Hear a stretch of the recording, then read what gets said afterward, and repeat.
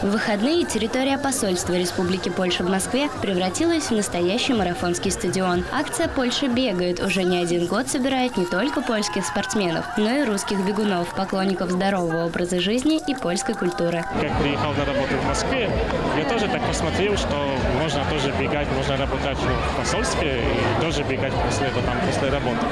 И так я в прошлом году там сделал такой малый забег среди поляков, которые здесь работают. И такая была идея, чтобы сделать тоже такую идею во время этой акции газеты «Выборчей». И по поводу, что я получил разрешение посла, чтобы сделать этот забег среди поляков, которые живут в Москве, есть диаспоры участники, тоже дипломаты, которые работают в нашем посольстве, и тоже представители дипкорпуса, работающих в Москве.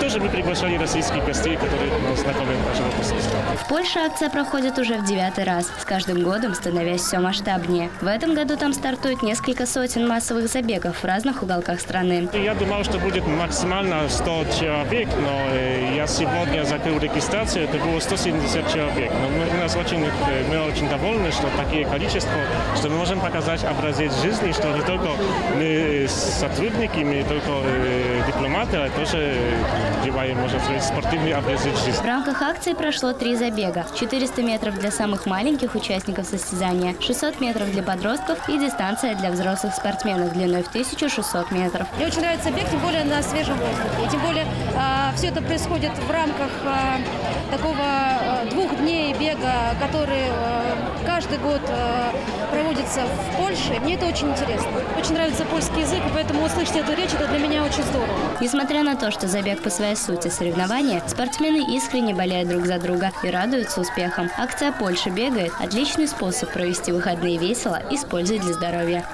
Новости Европульс.